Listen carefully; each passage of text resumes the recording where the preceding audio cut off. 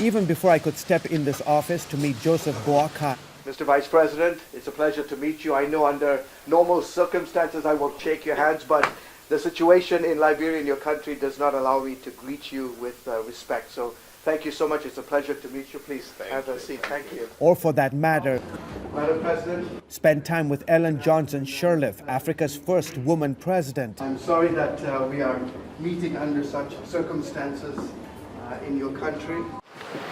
My day had to start here, getting through Liberian security.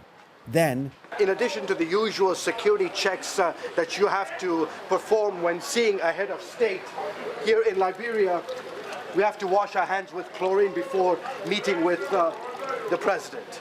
Then one final stop, a temperature check to make sure I didn't have a fever before entering the presidential office. Thank you. Inside, a semi-confident Liberian president told CBN News she believes her country is slowly turning the tide against the deadly virus. We're beginning to see a little bit of a reduction in the incidences across country.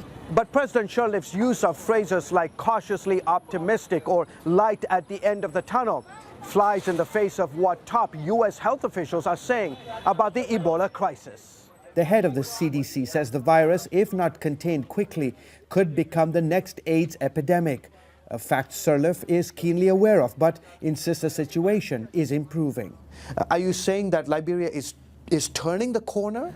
Well, let me say I'm cautiously optimistic because we are always reminded that there are valleys and hills in this Ebola situation. But at least I see much more hope on the part of all of the healthcare workers and on the part of all of us who feel that we've come around a little bit better, that we're more equipped, and that we now see light at the end of the tunnel. We're happy about that. How are you doing? You're doing well? Your family is doing well? Liberia's vice president cites as an example his hometown, where the virus first started. The rates of infections there have dropped dramatically thanks in part to prevention and awareness. I believe that the message is going on. People are now been educated to it, unless there are other dimensions, but I want to believe that this disease is on a downward scale.